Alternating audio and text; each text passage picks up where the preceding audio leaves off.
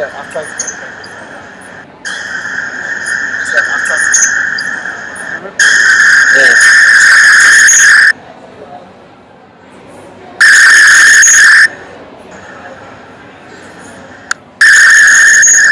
What's gonna bring that static sound? Is this live? Why that static sound doing like that?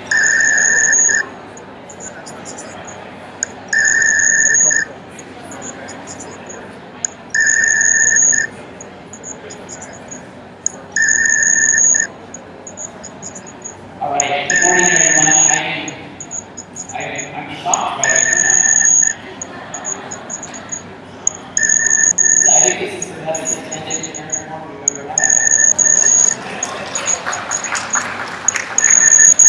All right, good morning. I'd like to introduce my friend here to Melissa Shaw, who's our interim elementary principal, but she's also, as some of you may have seen from the earlier, she's the incoming director of teaching and learning. And we're going to rely on her leadership to walk us through today because she does have a lot of experience in pedagogical leadership, which would include going into the remote learning environment. But before that, nobody here does this alone, and I just want to recognize ahead of time Mr. John Powell, Robbie Cobb, of course Melissa, David Schultz, Scott Williams over here, Eric Rudin's not in here right now, but the team was together until late last night putting together this presentation. So, I mean, in some ways I'm a little bit hesitant to share that news, but at the same time, in case there's some little error or something we didn't catch, just be aware that we were putting together the touches of this presentation last night. Not because we have not been preparing for remote learning for quite some time now, and already have these things in place. I think we can recognize we're in an unprecedented time. And so even for us, when we go to 1 day or 2 days or a week of remote learning, it's not the same as having an unknown amount of time of remote learning. And so we're learning together with the global community, and that's what's really great. There's hundreds of thousands of teachers, administrators, parents, thousands of together. So we have that opportunity to learn the do's and don'ts and all the tips and advice from all those other people out there that are doing this. So that's an exciting opportunity, a silver lining, if you will, at this moment in time. So I'm going to kick it over here to Melissa, and she's going to get this conversation started. Good morning, everybody. How are you? I would imagine some of you are here saying, look, I'm practical, it's giving me information I need to move forward.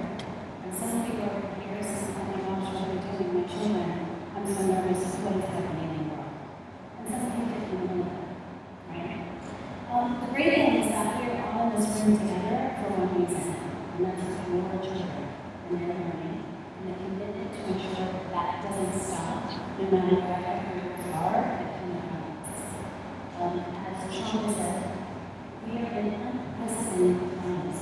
As educators, all of us around the world, and in the national school, we've had some opportunity to have to work with virtual learning, remote learning, online learning, whether that is a snow day, or Ebola, or SARS.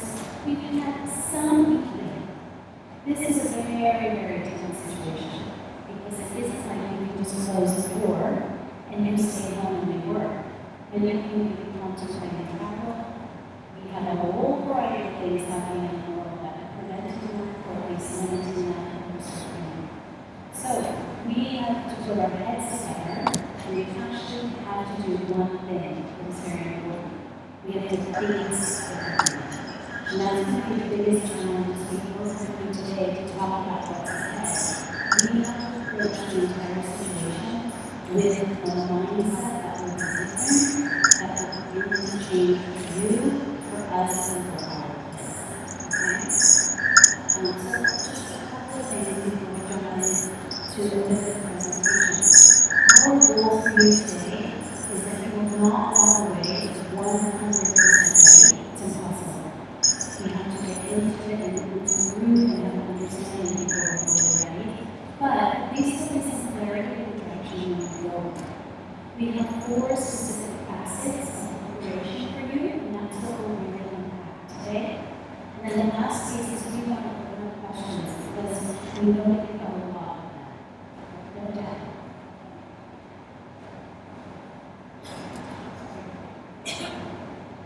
No, you will try to do that as well. So, the one thing before we reach out and assure a few things to you, I want to kind of frame this in something very important. Our schools have been changing for the last 10 years. The education that all of us in this room had, it really is making a difference. And you've heard that. If you've been a community member here at the AISL, you know about our global competency for 21st century learning. We are 20% finished for the 21st century. But with that, there stands a concept that's in business, and it's called VUCA. VUCA is volatility, ambiguity, complexity, and ambiguity. Uncertainty, sorry. And that has become the center of what all of our think tanks, economic organizations, the world has been saying the most important set of skills that you can give our kids are the ability to actually navigate through this volatility that is in our world, through uncertainty, through the complexities of every day, and the ambiguity of not knowing what's ahead. We are here. The coronavirus, as well as a variety of other political situations in the last 5 years, it made something different in our kids. It's not just about algebraic equations. It's not just about writing a letter or writing a persuasive article. It is about how can our kids manage what they cannot see as something happen a day in front of them. That's what we've been doing for the last couple of weeks. So with that, we have an opportunity, and you have an opportunity at home to really start thinking about how we give our kids those skills of resilience and grit, communication, collaboration, in a different way than we used to. So that's what we're going to dive into, is just kind of open that up for you. So as we begin this journey, starting really at the end of today, as we'll go into spring break, and then we'll go right into our remote learning. We want to assure you of a few things. It's going to be different. We cannot replicate the day-to-day, in and out learning experiences of kids when they're together in a room, in a school. We just have to accept that. We've got to figure out what is the replication going to look like, and how we can ensure the certain opportunities for them to do instruction, for them to work with teachers, and to work with each other in a virtual platform. What we will show you is that it will work. It will actually work. They will keep learning. And what we put in front of them, while there will be some challenges, they're going to be human. They will be fine. They will adapt to with us. That's a guarantee. They just have that ability. It will look and feel different for you. It will look and feel different for us. And it will look and feel different for them. We assure you that it's going to happen. And everybody will play a new and different role in that process. There are going to be ups and downs, there's no doubt, because we have done it. There are teachers who've been here in the past, certainly working with Ebola. Things were different, we have new technologies, we have new teachers, and so really at the end of the day, there will not be big stumbles, but we will have stumbles, and we'll take that up, and we'll figure out a new way that is much better than it used to be. Those kinds of things will happen. The other assurance that I think is really important that all of us think about is at the beginning it will be exciting. The kids will be excited, they're going to get online, they're going to be able to get into a certain platform or engage in a certain way. After a period of time, we will have to watch for boredom. We will have to watch for them, especially at home,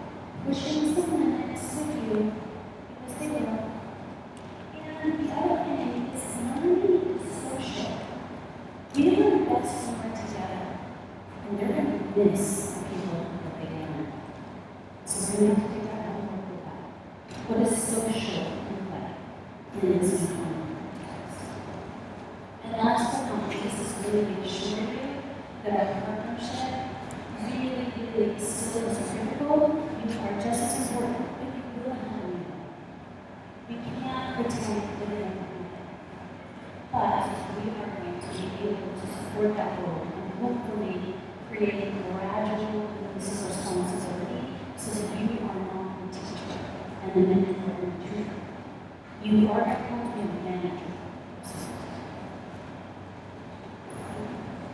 So our commitment to make sure that we move through those is really, we are here to support you and we can support you from wherever everyone is in the world. We are here to support our teachers. We are going to do everything that we do in place also virtually. We're going to have faculty meetings, we're going to have division meetings, we're going to have team meetings, we're going to have collaborations one-on-one. We will be doing professional learning. All of those things are going to happen. We're fortunate that we live in a world that allows us to do that. We are going to be continually reviewing this situation. We have been on it every hour for the last 2-3 weeks. It has been nonstop. We're not giving it up, even during school year. And we will let you know every step of the way what's happening, what we're doing, what changes are in terms of the big picture, also those daily processes. All right. We're going to jump into the 4 very specific facets to help you with some clarity about what we will do to move forward.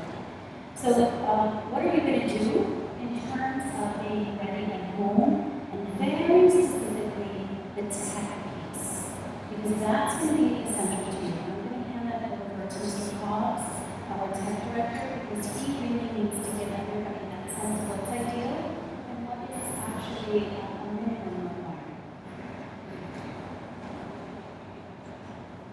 Yeah, what we are doing for you is I think that's a great question. We are going to be creating a parent page where you can go to everything that we're going to now and a lot more, little by little, as well as training along the way. Hi, good morning. At the school, we have devices for every child, one-to-one. In some cases, 2-to-1. But at your house at home, maybe you are not. That has not been the requirement for the last 4 years to have a device.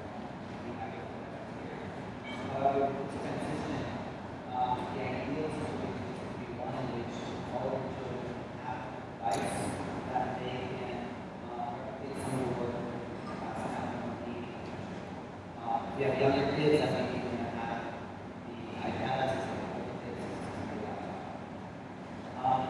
Obviously, you're going to need internet, and 10 that is about the recommendation for that. Just Google speed tests to find your speed, or you can access your internet provider. But with these kind of situations, it's obviously be your best friend. Your kids are going to be listening to a lot of videos. Watching physical instruction from their teachers. So you probably want to have headphones, so especially if you have children, there will be a competition for that sound. And you're going to also want to make sure that your kids are going to be working in a space that is good for learning. That means, kitchen on the table, something like that, somewhere where you can see them, where it's visible. Not being in the bedroom or like someone on the couch. But if that is that's something that's not available at the time, you're going to need at least one device per household, because that's a really common thing to go through. And do your best to mirror the apps that are required for your children's learning, especially in lower grades. There's pages for that, you can see all the different apps for your particular grade levels. Most of these apps are free. So you can pick it from our end.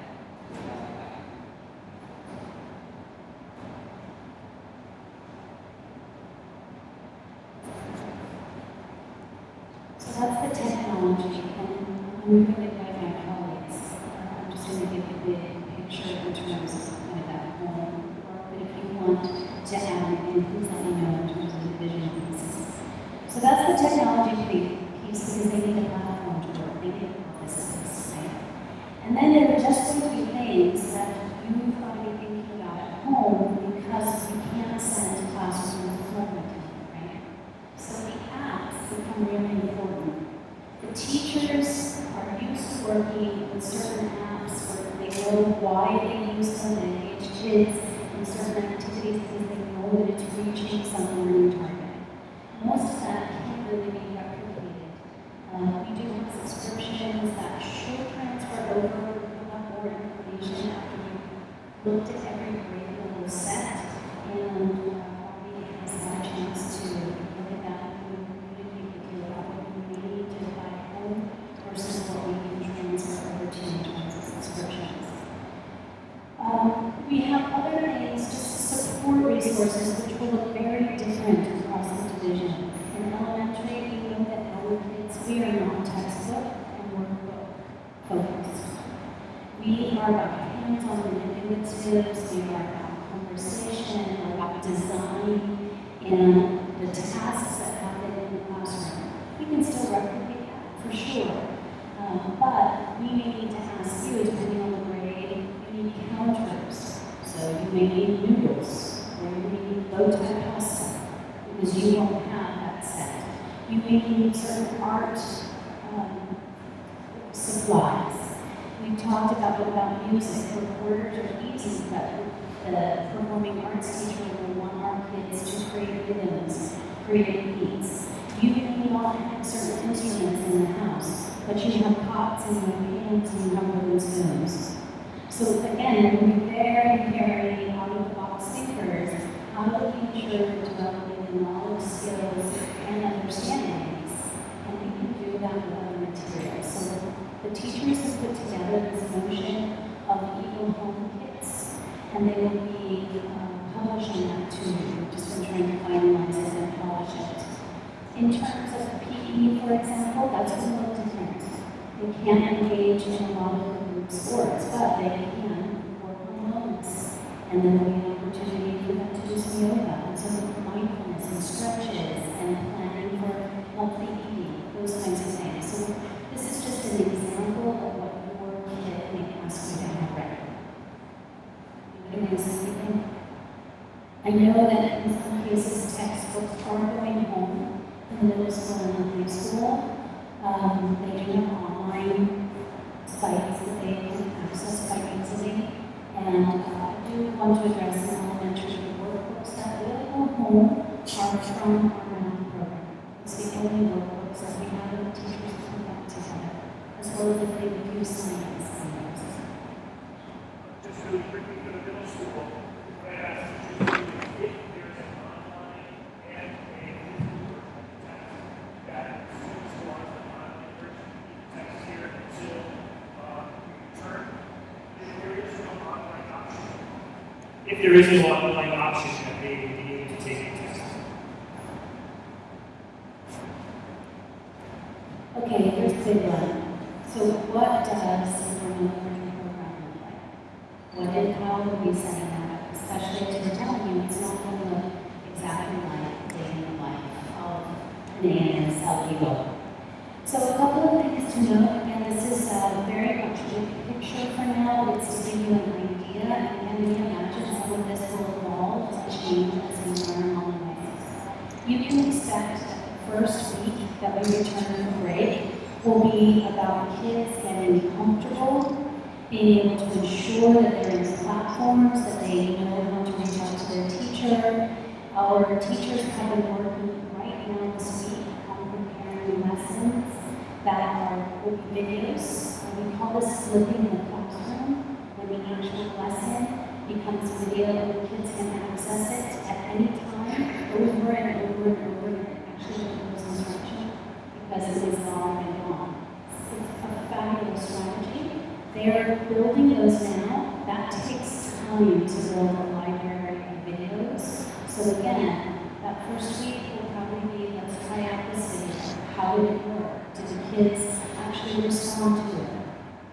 In terms of middle and high school, again, teachers are going to be figuring out, are we going to be, in terms of schedules, Are we going to try to just have certain courses on certain days?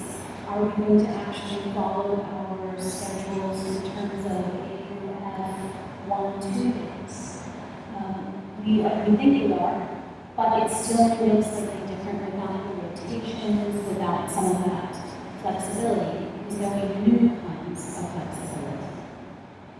The big piece to note is this notion of synchronous versus asynchronous. Okay? When it's synchronous, the whole class is online, and the teacher is online, and there is engagement. That works in wonderful ways if all of the technology is working perfectly, and if everybody's in the same time zone. If you are traveling, and if you either are going east or west, we will have complications in Looking at terms this of phone, how speak, I to don't get pause. all of our kids in at the same time. We also know that in your homes, some of you may not have one-to-one access to your kids. If you have 3, 4, or 5 kids, you can't have them all in Zooms. There will be certain expectations of our teachers. Your mini lessons will be in 10 to 15 minutes. That's best practice. That has not been changed from the classrooms to accommodate this platform. It is what we practice is. We need to talk at people for 12 minutes. 12 minutes and you can do something.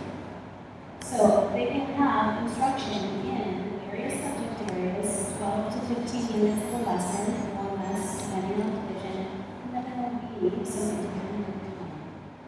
And they should be independent because they're independent. Again, the teachers will talk more about that for you, but the resources they're sending home are their writers' workbooks, their specific journals or binders, or the activities that are coming from the Google Classroom or their study. So, teacher work independently. At the same time, we have this notion, and I think this is important for you, in the classroom, our teachers are working on whole group instruction, but then they also work with small groups because they have to accommodate differentiation and their needs. And then they have to meet with kids one-to-one because we have that differentiation. And so our teachers are working to provide those three instructional sets. We have to play with that. But we hope that our kids are going to get at least two or one individual every 2 weeks, small group as needed, and the group instruction at least once a day in subject. Again, we're really those pieces out. Last but not least is early childhood. It's going to look different. And so therefore we're looking at the time of day. We've got that on the slide in just a moment. But we can't run early childhood in the same way. So there will be opportunities and engagements sent home, and you really have to play more active role in the preschool and pre-K program. For sure, they're just not independent.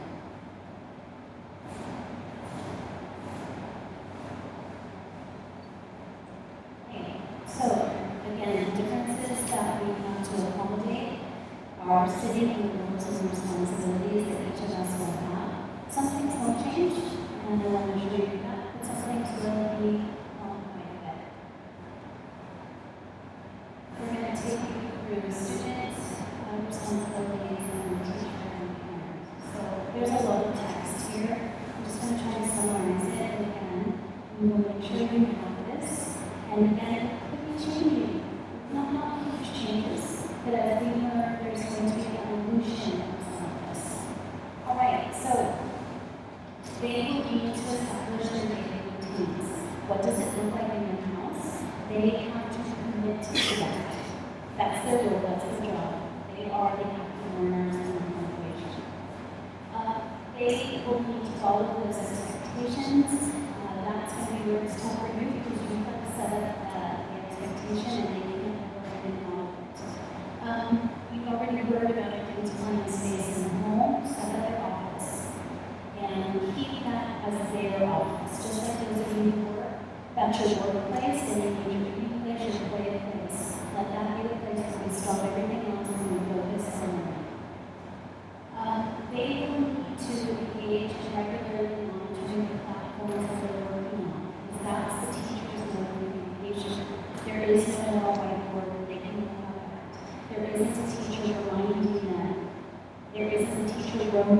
classroom and say, don't forget this, and forget that. So there is that level of responsibility. They need to check for emails, check for the various Google Classroom, see self-platforms. And you can do that alongside them, but then I just need to be able to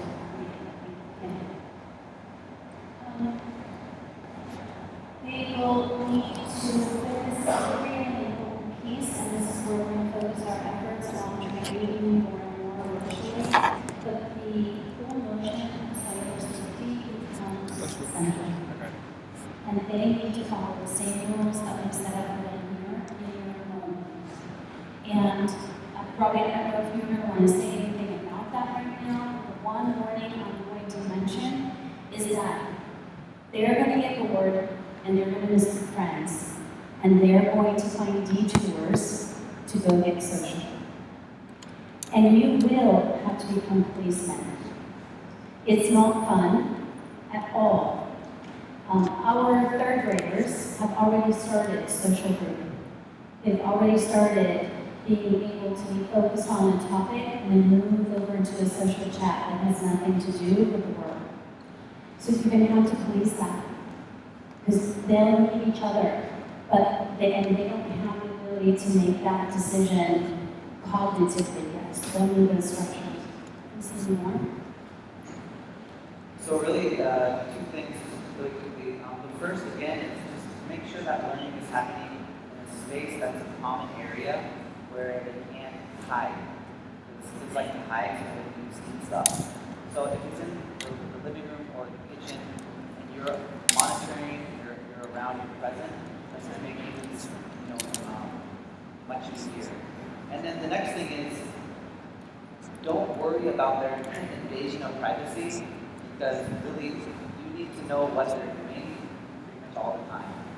So I'm not sure how it works every dynamic of every family, but if a kid or student tries to say, Mom, no, you need to be there, you need to see exactly what's going on, and don't feel weird or bad about that. Really be forward and really monitor to see what's going on, because even in the classroom, the kids are trying to get away with playing little side games or little side conversations. So if you're sitting with them, even if you can do some hero work side by side next to them, just that proximity is important. That way they know they can't get away with not doing good. Yeah, I use third grade as an example because it's recent that you got that situation all the way up. I'm a mother of a ninth grader, and I know that I'm going to have to police because he will hop on YouTube and look at the newest way to play in a video game in a minute. Yeah, you got one, right? It's real, it's what they'll do. So do not feel, as parents, we get into this, oh, I have to respect the privacy of my child. I have to trust that they're in the technology doing what they're doing. And for about 80% of the cases, you can do that. But kids are kids. And our technology has so many open roads for them. And if you're bored and you're tired of working digitally, you're going to go where it's fun. So watch for that at home.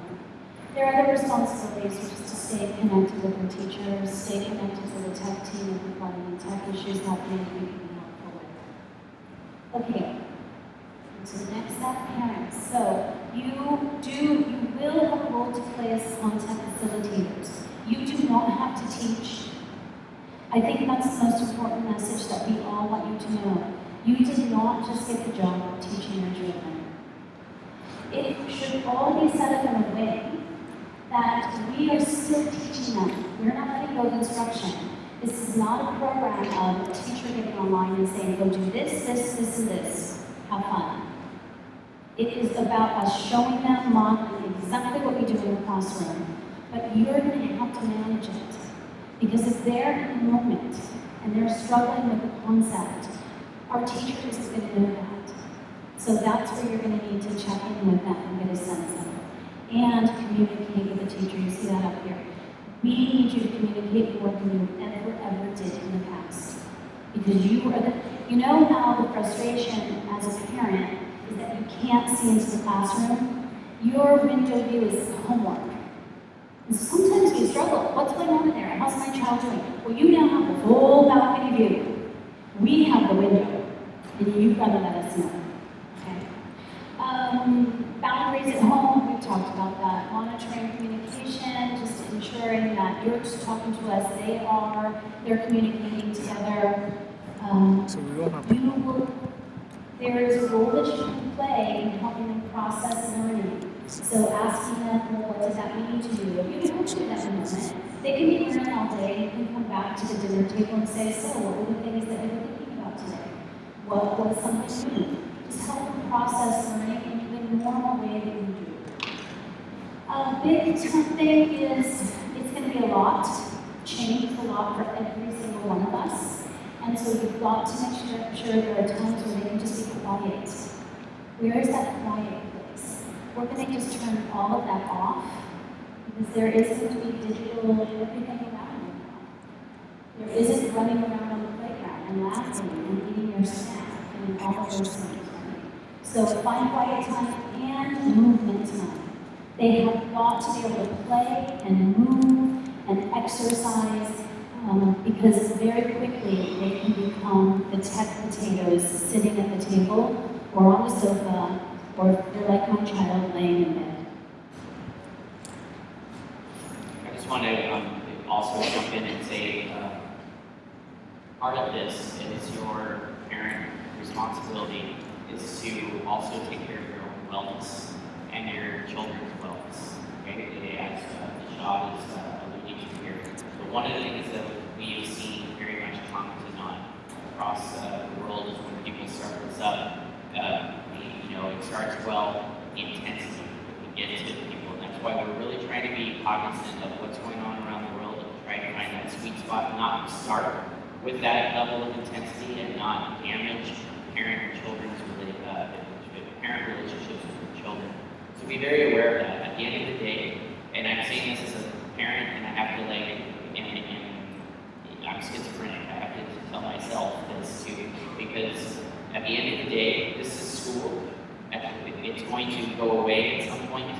This situation is going to go away, and then at the end of the day, you want to have a positive relationship with your kids. Don't damage the relationship with your kids over school. So when you need to take some time to step away and do that. If the kids are driving you crazy and they're not quite doing things to the level you want, yes, we want to hold them accountable, we want to have high standards. This is a very unique, unprecedented time again. Keep your relationships positive with your kids. Great point, thank you. Sorry, another thing on top of what Sean is saying. If that happens, when that happens, please communicate with your teachers. Keep them up to date about what is happening at home. They can help support you. The whole notion of communication, I'm going to say something that's a little bit tricky to say, but it is about that same being mindful and keeping peace at the center of this, because there are going to be days where you don't have it. There are a lot of memes on Facebook and Instagram making fun of the poor parents who have to deal with the kids who are at home, and there are going to be some frustrating moments for you. Communicate with us. That chain of conversation does not change because we've gone online. Please talk to your teacher. If you have a question, if there's an issue, if you're wondering why there's a certain lesson or what your child is doing or not doing, that is your first stop. And we ask you, it's not even encouragement, please talk to the teacher immediately, email, reach out. If there is another issue at that point and you've tried to work it out with the teacher, then reach out to the principals. Please, this is going to be tricky and I'm really sorry, but it's to protect you. Please do not engage in WhatsApp groups where you are talking about all of this and stirring up fear and confusion and misunderstanding, because that is what happens in WhatsApp groups. When you don't have the professional who can help you understand the rationale, the why, the what, and the how. As human beings, if we don't understand, we make it up. That's our brain. Our brain does that because we must have meaning. Don't make it up in those groups. Reach out to the professionals who are creating these opportunities, engaging your children. please.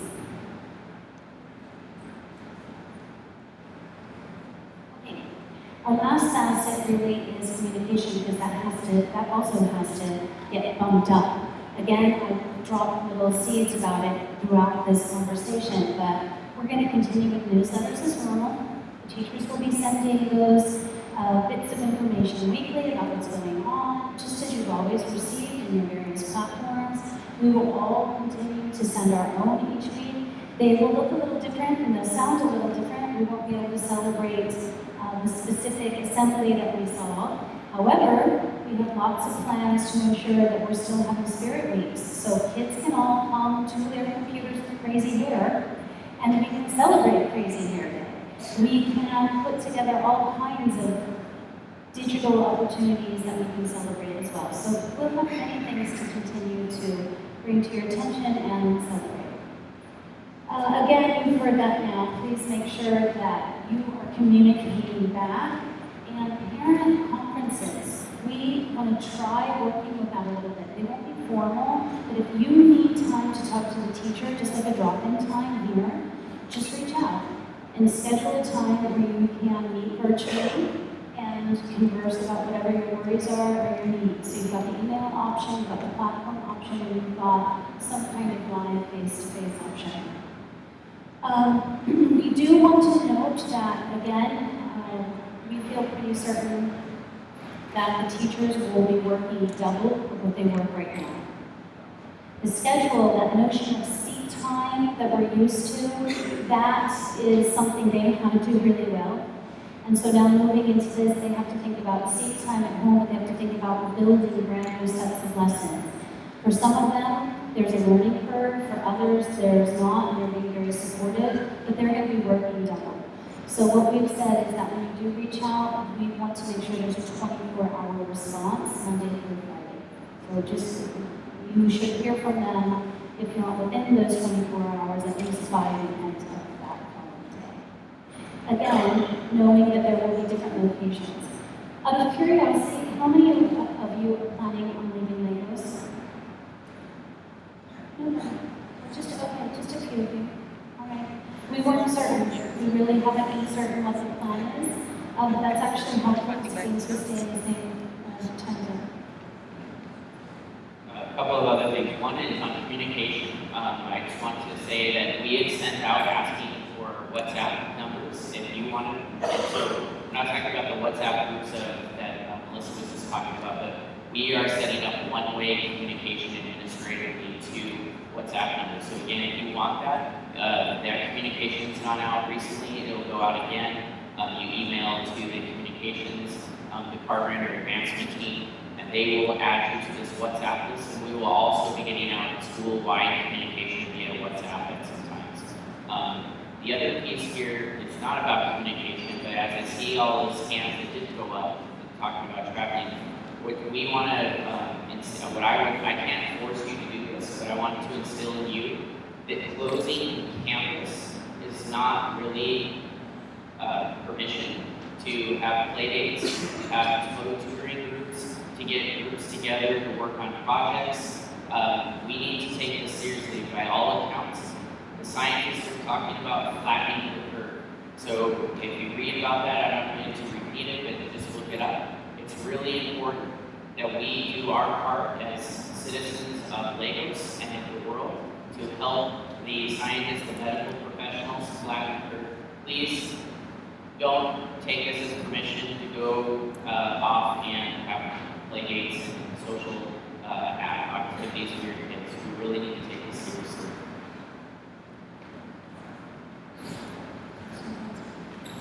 I think the last thing before we actually, we'll go ahead and see. We started off with it, and I'm going to reiterate it, but I think we can into that way. The world has just changed on us, okay?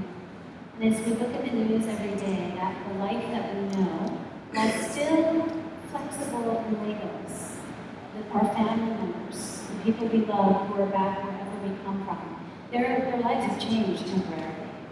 And for us, it's an opportunity, again, to practice how do you handle these moments as individuals when you can't see what's in front of you. We are people who like control. Humans just like control. You like to control your family. You like to know who's eating what when and what time they go to bed and where they're going and who they're playing with. All of us are like that. And now suddenly, the thing you count on the most, the place called school, has just changed. And so we will learn more as we go through. As Sean, Dr. Reyes tells us, we don't know what's going to happen. Science and math tells us that we need to be prepared for something even here. But we'll see. We don't know. You need to take care of your families. Your children will learn. I promise you that. They will. They're already wired to do that. They don't need it to look the same as we know it to be. They need connection. They need clarity. They need opportunity. And more than anything, they need your love. And you're going to have to take care of you too. Because there are going to be moments when you're frustrated. And there are going to be moments when you need to reach out to a friend or to your friends and just process what is happening. Because you are going to live the change. And all of us have to navigate the change that happens in all of our homes right now. Whether that's education, or the ability to go to the movies and restaurants, whatever that is. Okay? So, again, assurances, it's going to be different, but they're going to learn, and they're going to be fine. Why? Because they're amazing. Your kids are so amazing. We get them every single day. The joy of them, the buzz of them, that's what's going to hurt the most for us. Because we're going to be in silence in terms of that beautiful element of AISL. So, we'll be together. We are there to support you, we're there to support them, we will keep educating along the way. We have our international colleagues who have given us such a window into what to expect over long periods of time, and we have the experience of Ebola. So again, it's not so completely novel, maybe to some of us, but not to all. And I guess the last thing I'm going to say with questions is, the most beautiful thing that is happening as a result of the coronavirus and separation, you see yourself. Right? Is it kind of crazy when you came in? Right? But the most amazing thing is that people are connecting to them. The support, love, empathy, reaching out, being helpful, competition, there's no need for competition because we need to support each other. We are all about putting hands in as one. And that's pretty brilliant despite the craziness.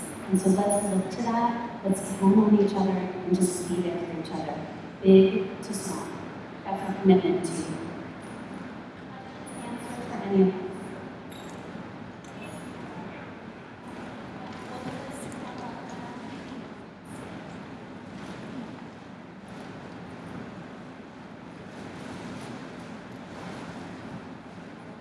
Hi, good morning. Thank you very much for your presentation.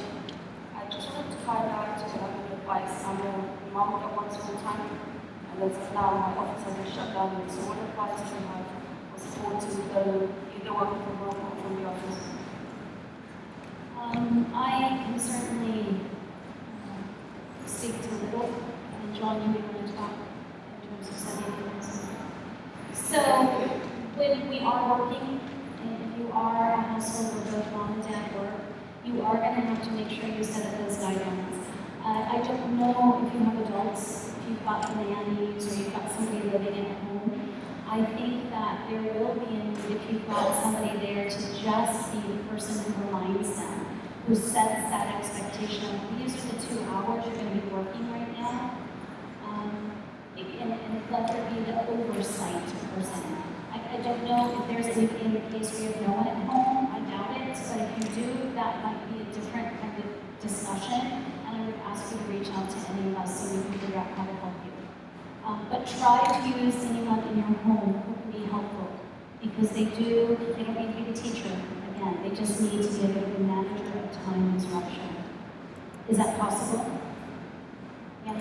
I'm happy to talk to anybody. Another thing about that also, if you know that there is a subject matter in particular that one of your children or your child is struggling with, one of the reasons why you're moving to asynchronous learning is not only to provide the time for time zone difference and multiple siblings in the home, it's also time so that you can provide the assistance that your child needs at the time it's convenient for you.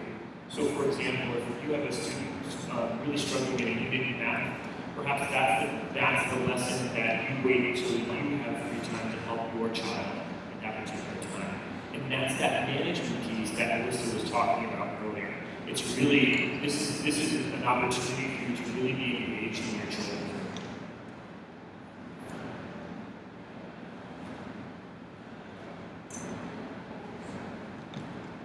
Just a technical question. I apologize if you said it. But will there be a specific, like one of the platforms where every kid will know that this is where they should check first in the morning, and over there will be fairly there to where else they need to go? Great question. For clarity, our little people up to grade 2 work in Seesaw. So all of you who have the little ones, you know that's your world. Seesaw's your place. We have been talking about the littlest ones being able to see their teachers. They do not have the ability to engage in the synchronous opportunity on Seesaw, and our little ones don't have Gmail accounts, and we're not certain we want to go there. So we're trying to figure out a way for some live things for the little ones. Grade 2, they are able to work in Google Hangouts or Google Meets. That will be their asynchronous and synchronous place to go for looking at videos, talking with the teacher, being in small groups, or just watching something. Grade 3 to, is it 10, is in Google Classroom. And so the Google Classroom then will support the Google Hangout, the Google Meets, and then there is also 11 and 12, the IBDP students, they have a different system for manage that. And I would really suggest if any of you have kids in 11 and 12, please talk to Scott Williams about the details around that, because that's a very specific, and also David, that's a very specific set of changes and supports for those kids. There is also one other platform that we're trying out now and testing. Many of you may use it in your businesses. It's called Zoom. Zoom is very dependable. It's a fabulous online piece. We send the invite, the kids just open it up and you do a quick download. But that's another one we'll use. Probably it's more for teachers, working with teachers or teachers with parents, but we'll see, we'll learn about that. The teachers will let them know that. They'll remind you of whatever platform you're working on.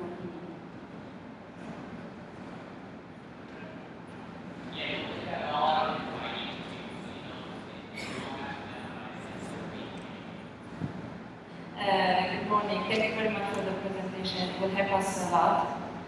Just also to clarify, to make sure that it's not like a normal online school how we did practice, that we start at 7:30 and we finish at 2:30 or 3 o'clock. So there is no checking in time. So whatever they want, we set up our scheduled time daily. So there is no online between teacher and kids at specific time, right? There may be. So that's where you're going to have to watch, because what could happen is the teacher calls once a week a synchronous opportunity where all of them meet. But then the teacher may say, okay, for the next bit of time, here are the 5 lessons, you decide when you're going to watch them. Our teachers will have login hours, and that is going to be from, I think we said yesterday, 8 to 3:30 or 4. We'll advertise that. That will be pretty typical for us. Just a normal day for teachers. That's an availability time, but it doesn't mean that all kids have to work exactly within that. We're also suggesting time limits. So up to grade 2, it wasn't in our slide, so you guys help me if I'm wrong. Up to grade 3, we were looking at 3 hours a day, not 6. They will not sustain 6, promise you. Grade 4 and beyond, they can have 4 hours up until grade 10. And then 11 and 12 are different. They need to do things very differently. They'll be working as needed. About little ones for 2 hours, 1 to 2 hours for preschool and pre-K. K can handle 3. But preschool and pre-K, they really need to be at about 1, 2 at the max, depending on what the teachers are providing. So think like that, like where do you want to schedule those 4 hours or 3 hours? And the other thing I would know is that when a teacher does say, you and 2 other kids need to get together collaboratively and work, you'll just need to set that time up with other moms, or the teacher may say, I need you to do this at 2 o'clock. And that will be the only time that changes the time you may have set up for the kids. Does that make sense to everybody? Let me just add to that really quickly. For those of you who are veteran AISL parents, in previous years for e-learning, we were under a different environmental condition in the sense that we were doing e-learning, we were practicing synchronous learning, we expected the kids to be on at 7:30 just like they were in class. And so the reason we did that was because we knew everyone was here, we knew everyone was in Nigeria, we were practicing synchronous learning because that for a teacher and for a class is difficult. So we were kind of diving into that hard piece to make sure that we were ready for this. The environmental conditions changed. There are people traveling and there are teachers traveling. And as you know that every day things are changing very, very rapidly. We are joking. Last Monday, I was with a bunch of parents in the middle school saying, calm down, we're going to Europe, it's going to be fine.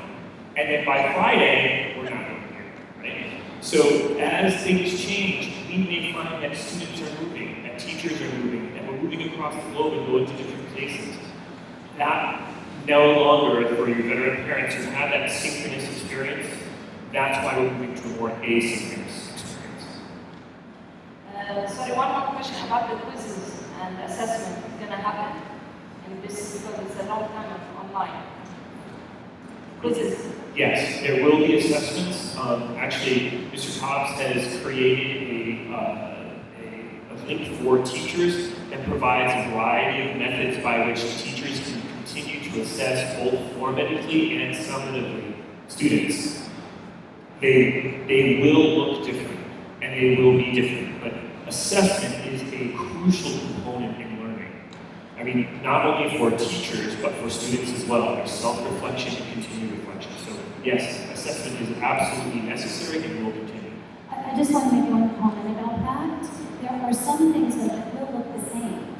We only have 5 types of assessment available to us. The opportunity for kids to give us short responses, constructive responses. Our digital world allows us to do that very quickly. You can see very fast. Those of you in elementary who work on Spelling City, you get a sense of how kids can spell, right? I can name a variety of things that give us immediate information about knowledge, and we will continue to use those. We have the opportunity to gather reflection, essay, thinking through, build a slideshow, build this particular kind of report. There's still going to be writing persuasives, writing personal narratives. They're going to be doing all the same things.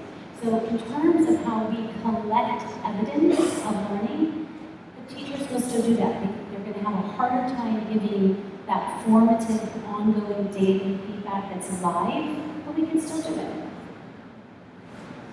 I think Mr. Powell alluded to it earlier, but I just want to reemphasize that we do have some teachers and staff traveling as well. Just like in other communities, that when they make their decisions to travel, a lot of people make decisions to travel based on underlying health conditions of their own, maybe their age demographic, or they might have family or elderly parents back at home that they're concerned about. So our teachers are dealing with all the same personal decisions that everybody else in the community has to deal with.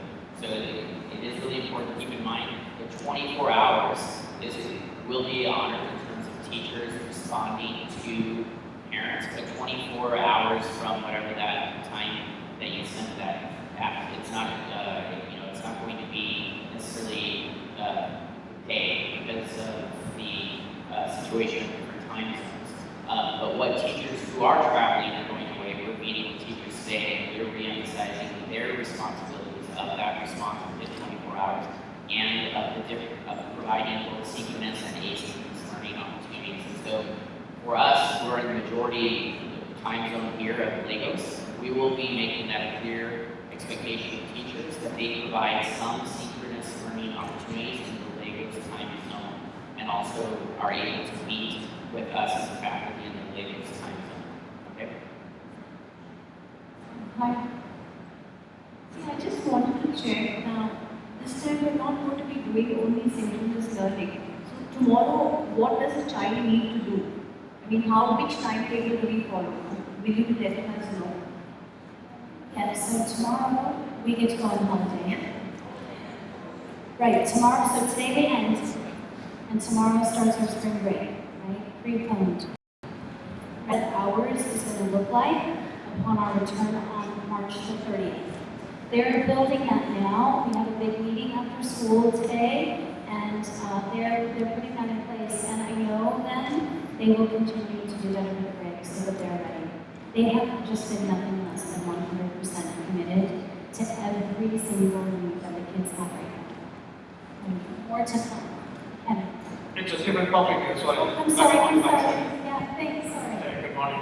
It's a different topic. It's the same or it's going to change some things? Because some of us maybe plan the journey or the events and those kind of things. I'm going to let Dr. Reyes talk now. I wish I had a magic ball, a crystal ball, that I could tell you the answer to that question, but I'm going to probably give the predictable answer is that we don't know. So right now, our best, we picked a date. We have April 27th that we're going to return for bricks and mortar school. Teachers are going to be here on April 24th, depending on quarantines and all that stuff. We'll figure that all out later. But if it's safe for us to come back, we will resume school on April 27th.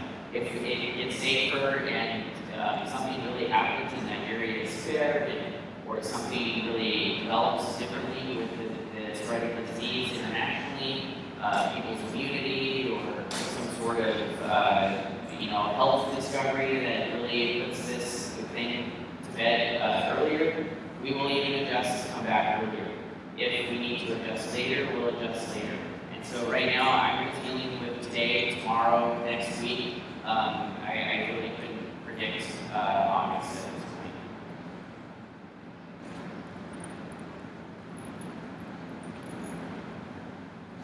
Good morning, everyone. And thank you again for this. It's very helpful. And I can say it's helpful. But I wanted to say that could you please also speak to the kids? Because, like you said, spring break starts tomorrow. Their assumption of spring break is play dates, going out, hanging out. It's not registered that they're supposed to be at home, kind of self-isolating, and not hanging out with friends. A lot of them are already organizing play dates and trying to think, but then it's spring break. So it might help if before they go home today, they're spoken to and made to understand what they need to do while they're at home. That's just a great point. All of us have been waiting for spring break, big and little, right? And then you might imagine how to cancel your trips. So there's that element of disappointment. The kids still don't get it. They can talk about it. They get a sense of coronavirus, I have to wash my hands. Right? That's the little ones. I don't even say that about some of the big ones, because I still see some humming and bumping and the wild things that kids do. Because it's hard to believe, especially when you don't see it where we are. It's just in the news, so it's far away. It doesn't touch us. But they're going to need reminders that actually we've got to start thinking a little bit differently right now, temporarily. And we can be very helpful with that, and we'll make sure teachers have that conversation. We've also been talking today about an assembly potentially being on at the very end, because it feels very unsettling to not be able to say goodbye to our student community. But we're talking about what does that look like, and what does it sound like. We'll make sure they hear it. What else do you have?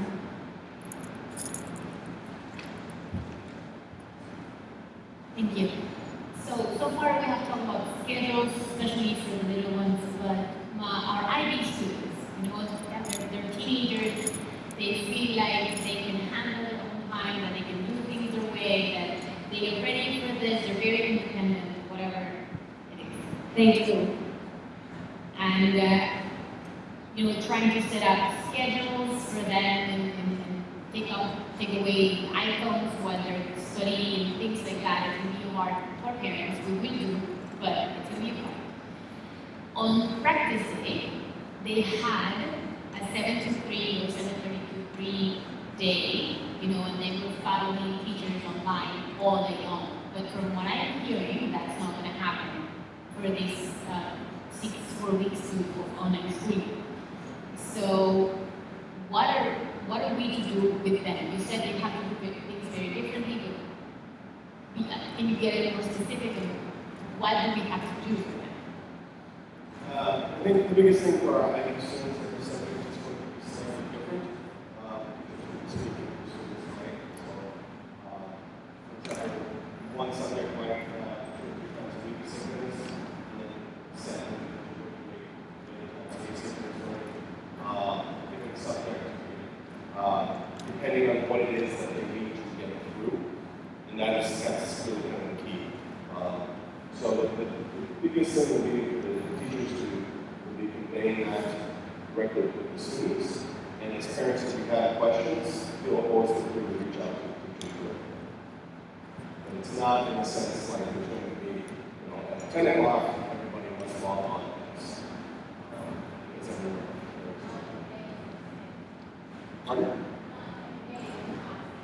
Right.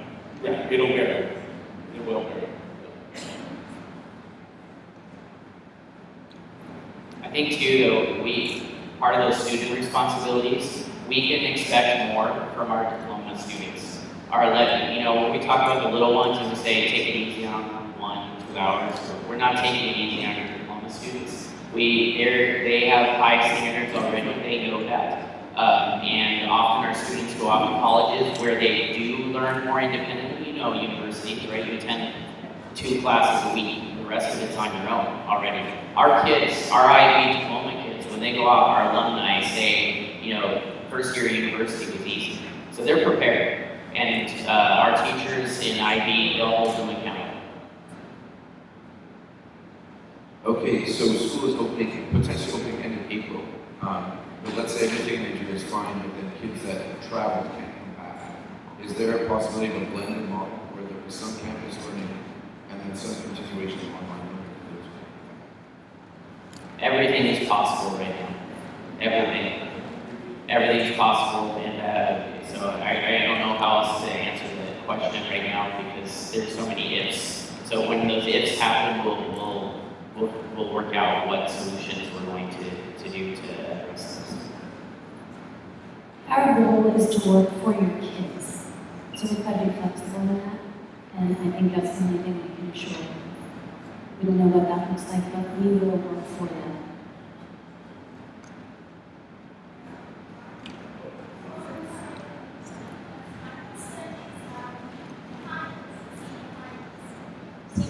Senior finals, what is the practice?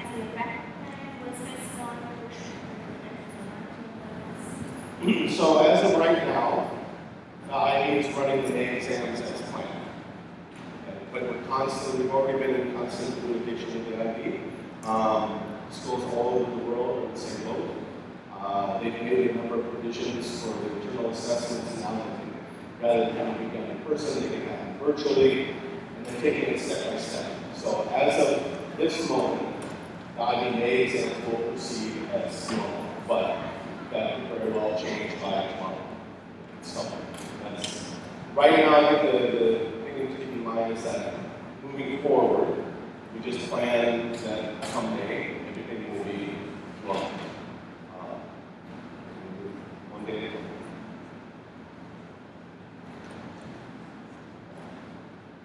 Thank you. Thank you, Melissa, so much. I think all of us are getting that. We're very from all this discussion, and it's really useful.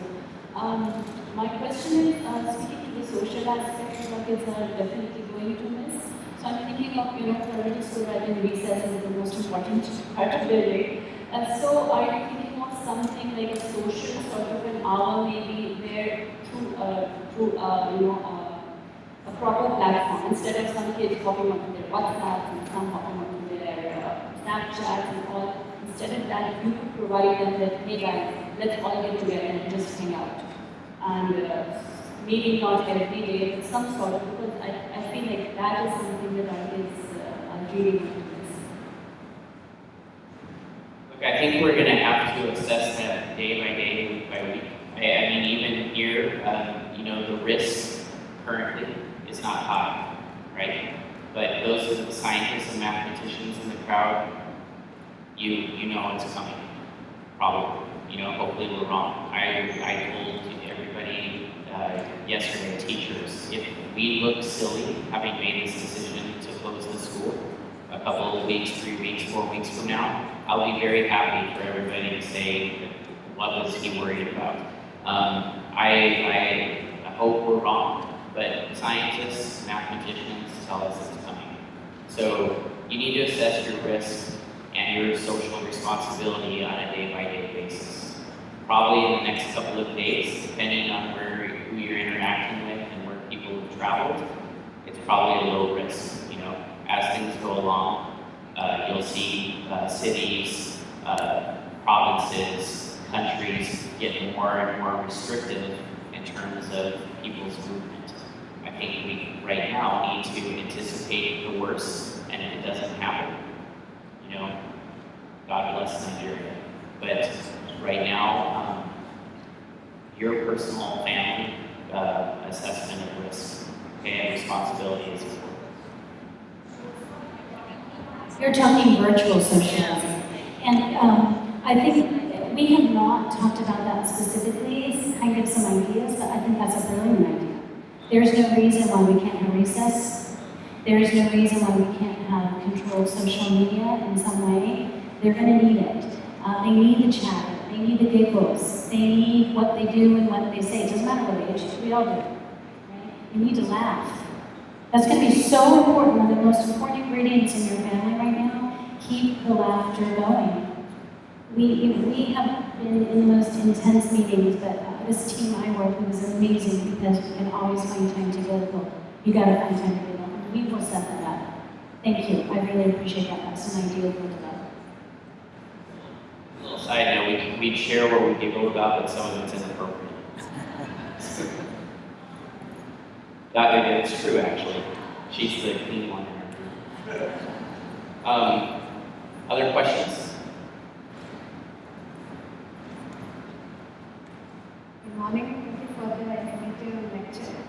The questions I'm raising is regarding a suggestion from your side rather than the education. If, for instance, at some point in time, your company asks you to evacuate the country. So currently, seeing Nigeria, the risk factor is low, like has been hit low. But as what mathematicians are saying, that we don't know what is coming. So would it be vigilant to move to your country where health facilities are more available, although the country has been hit more, rather, in terms of the coronavirus rate, where you're going, it is a little bit higher risk country than Nigeria.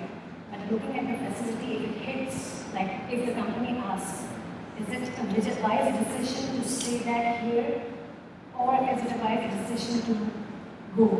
And then, I'll say this with the caveat that none of us here is a health professional.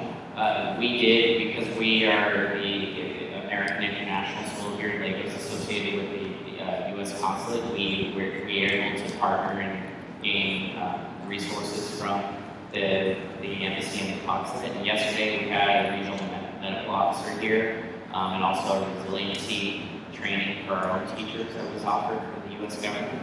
And I will say, I'll just repeat what the health professional that came through the consulate yesterday said. For her, for example, she said, no, I'm not leaving. First of all, I have my responsibility as a health professional.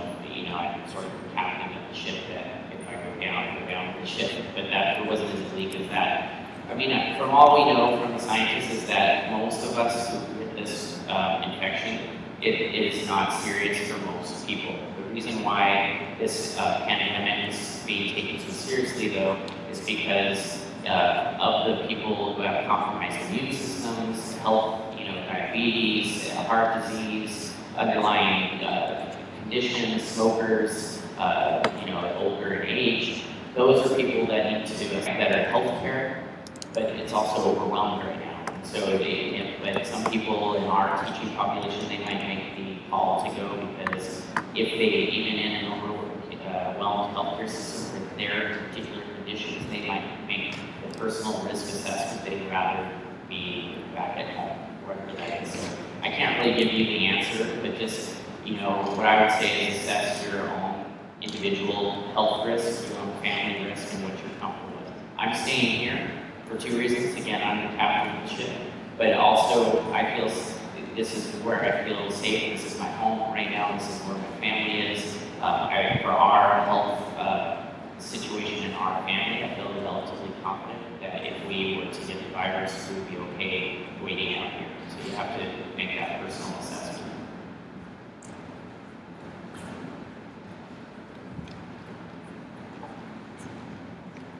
Thank you. I actually want to echo the comments that the lady Kusama Duta in the IB program said, because my son is in grade 10, they're teenagers too. They don't want to be told what to do. And if they go in school, they're expected to work up to 4 hours online.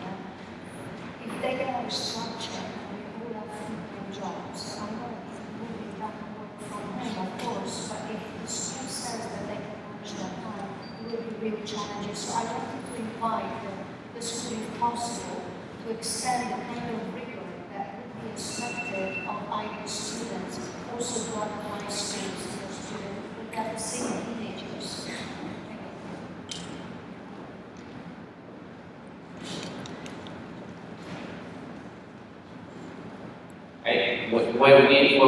What I can assure you is that regardless of whether it's a preschool student up to a 12th grader or a 10th grader in this case, is we will provide high quality learning experiences based on our curriculum and our learning objectives. At the same time, we also assure you that we're going to look out for the mental and well-being and health of our students, of our teachers, and our parents. And again, I think so we need to sort of look at rigor. That word is tricky. Rigor does not mean seat time. Rigor does not mean more worksheets. Rigor does not mean more tests. Rigor is not time. Rigor is quality. It's the level of thinking, the level of complexity that in the time that we're asking you to do something, that we're asking you for a high standard of learning and demonstrating that learning. So that's only how I would answer that. It's maybe not going to be the right answer that everybody wants to hear, but we're not going to say you need to work on a computer or you need to do schoolwork for 8 hours a day. It's not going to be healthy for our students or our parents or our teachers.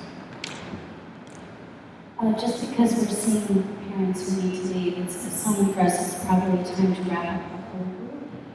And then what we can do is be available to you if you have any individual questions. I just want to take a minute to say thank you for making this important. Thank you for joining us this morning and coming out. I know it may sound a little cheesy, but it's so true. Our school song says, hand in hand, building a world of sweet harmony. And we're going to do that. We're going to keep doing that. We're going to do it remotely right now. But that sense of AISL and us being a team, it doesn't go away, and that we can all count on. So thank you so much. I want to say thank you to Melissa too. We're just very pleased to be able to lean on her and to the entire leadership team, to parents. Before we end, I do Mr. Safadine, our board president, is here. And then before he goes, I'm going to do something, we used the word cheesy earlier, but you guys have this. And this is going to be a moment of history worldwide for our school. And before those of you go off in mass departure, I want to get a selfie with you today. So just wait. Good morning, my name is Ali. I'm the president of the board. I wanted to tell you that the world has changed as we know it today. You have blue skies in China, You have fish in the canals in Venice, which you've never been there before. You will have a difficult time going forward. For the women sitting here, you might have your husbands with you at home the whole day. Could be very, very tough. We're all going through new things together. It's the first time the world has gone through it, the first time we have gone through it. You will get very, very stressed, both you and your husband and the kids. When I used to fly on the planes, I used to see the emergency thing, and it said, put on your mask and then put on your kids' masks. And I always used to worry and say, you know what are these stupid people doing? You should put on your kids and then put on yours. And a person sat next to me and said, yes, but if you faint, your kids can't help you. So you've got to keep yourself strong and powerful and mentally stable throughout this process. I wanted to ask just one thing. Could we just stand up for a second, please? And just close your eyes. And just take a deep breath in through your nose. Just hold it 1 or 2 seconds and breathe out. That's called breathing. We should do that at times when you're very stressful. Another thing, while you're still standing, I just want you to raise your hand. Both hands, please, as high as you can go. So your body and your mind, they say your mind controls your body. It's actually been proven that your body controls your mind. You can't get depressed standing like this. So do this. It might sound silly, it might sound stupid, but you physically can't get depressed if you do that. Is anyone else feeling stressed here as of now? Have a show of hands. Anybody? Great. Can I ask you to come to the front, those that raise your hand? Just come to the front for 1 second. Could be everybody, just for 1 second. Who's feeling stressed? And the rest of you out there, I want you to look at them and just clap as loud as you can.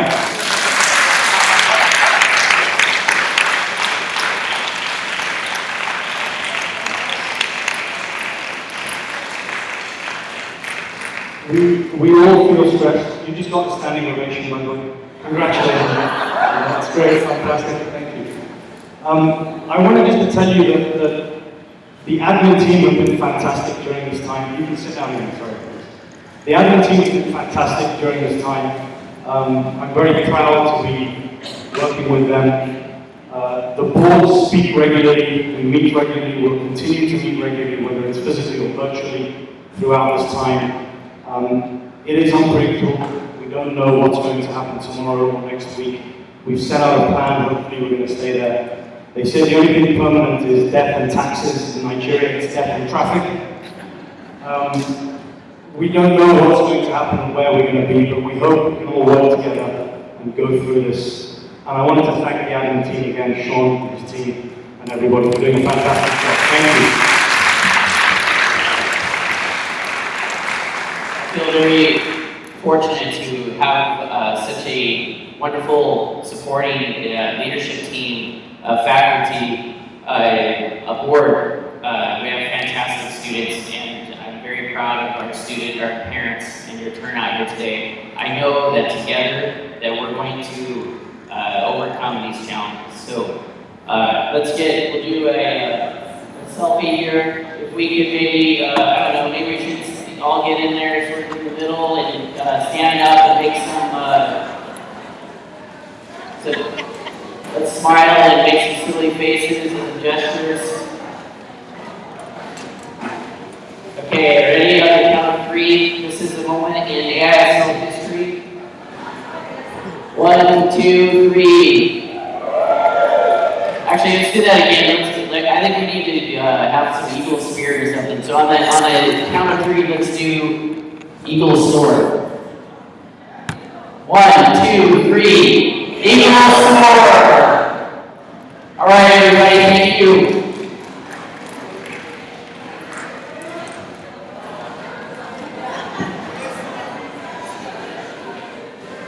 So, what was the point in separating everybody if you are able to bring all of them together?